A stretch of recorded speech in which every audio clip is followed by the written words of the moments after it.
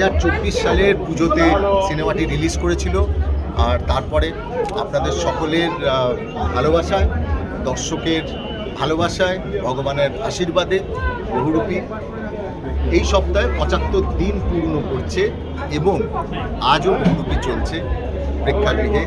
এবং সবথেকে বড় কথা হচ্ছে আজকেও বহুরূপীর যে কটি শো ছিল প্রত্যেকটি শো হাউসফুল ছিল এবং এটাই সবথেকে মানে বেশি করে পাওনা আর কি।